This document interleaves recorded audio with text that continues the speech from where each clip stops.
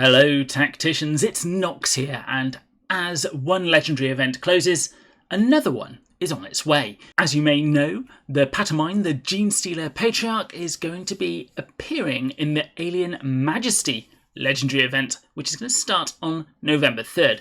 But before we go into what I'm going to do to prepare for that, I just want to say my usual thank yous, and today they go to Ailsfire, Silatent Arrow Z, or is that supposed to be Silent Arrow Z, Wise, and Pandaman748. All of you have used my friend code, and it is very much appreciated, as it really does help me out. So thank you once again. And now, how am I going to prepare for this event?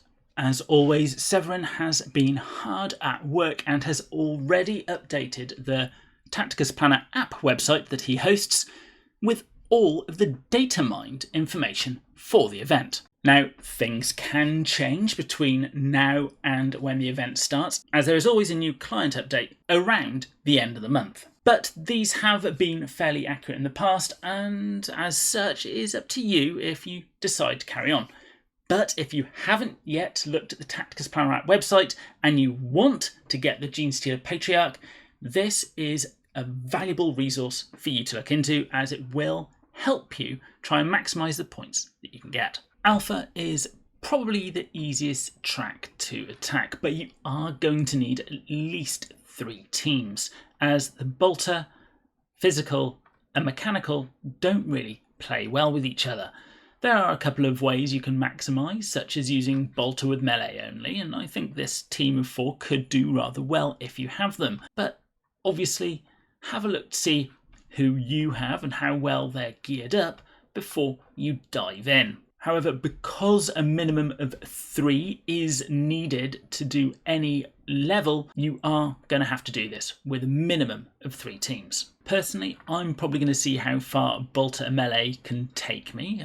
Might need to level up Titus a little bit. Then I'd probably do physical and a maximum of 4 hits, as I've got a fairly decent team there.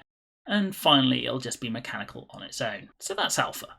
Beta is possible with 2 teams, but it's going to require you to do flying, maximum 2 hits, and no summons in one go. The alternative is, of course, power, melee, and no summons. And the power and melee, basically, again, you're left with your 4 units to take on whatever they throw at you. Now, this is probably going to get me far enough, but at a certain point, probably mission 8 or 9, I'll probably have to start splitting these out into their individual ones. The no summons is actually quite nice, as it does allow you to basically choose which team that you want to get those extra 45 points for. On the beta track, I really need to get Nauseous Rotbone up to gold 3, and I'm probably going to get Typhus up to gold 2 or 3 to support them, as I must admit I've been quite unimpressed with Toth at gold 2, but it might be that getting Toth Diamond is the correct thing to do. And finally, Gamma. Now, it is actually possible to do this with 2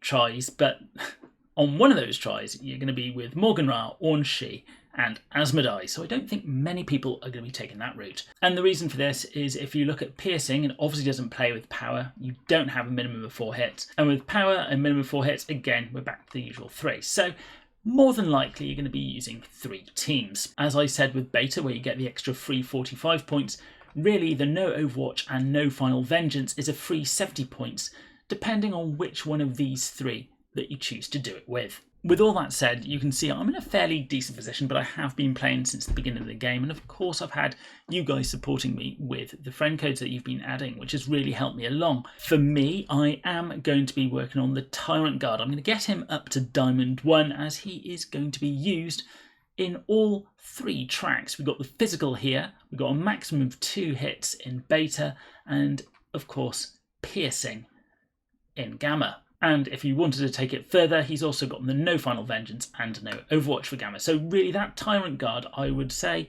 if you've been working on him, or if you haven't been working on him, he is a great one to use for this legendary event. To go with the Tyrant Guard, I'm also going to be working on Mataneo.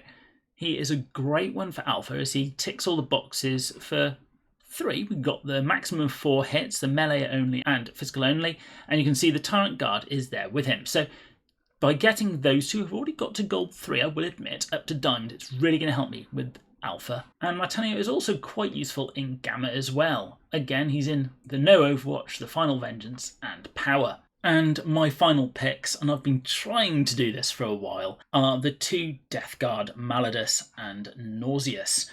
I always seem to get sidetracked. I've been trying to push them up to Gold 3 and Diamond 1 for a long time, but we always seem to get these new characters coming out which sidetrack me. But I'm hoping to get at least one of those 2, Maladus, up to Diamond 1 before this event. So those have been my picks for myself to work on, and I think if you have those characters, they will be useful to you too.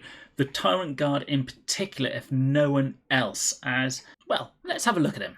This guy is a bit of a rock star when it comes to legendary events, and it's all down to this Guardian organism. If he's within Synapse range, which most of the time he won't be in legendary events, unless you've got like the Neurothrope or Winged Tyrant with him, or he didn't move, and that's the more likely occurrence once you've got into a comfortable position, it and all friendly units affected by its big target traits take 33% less damage, up to a maximum of 884 at the level I've got, and I'm probably going to increase that a little bit more as well. And this really reduces that need to have a healer.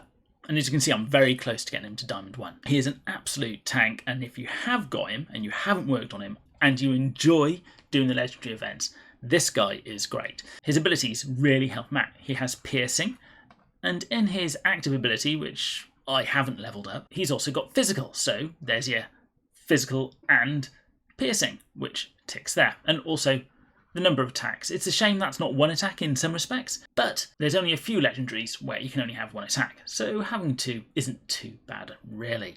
And my second pick for Mataneo, well, it's really the aggressive onslaught, where he summons in 2 jump pack intercessors. Having any summons on the battlefield is absolutely fantastic, because the enemy tries to kill them first, and if they're killing your summons, which Mataneo brings in every turn, as long as he targets a new enemy, then they're always going to be distracted, leaving your characters higher on health. Now, Mataneo worked fantastic for me in the Vitruvius legendary event, and I think he's going to do great here as well.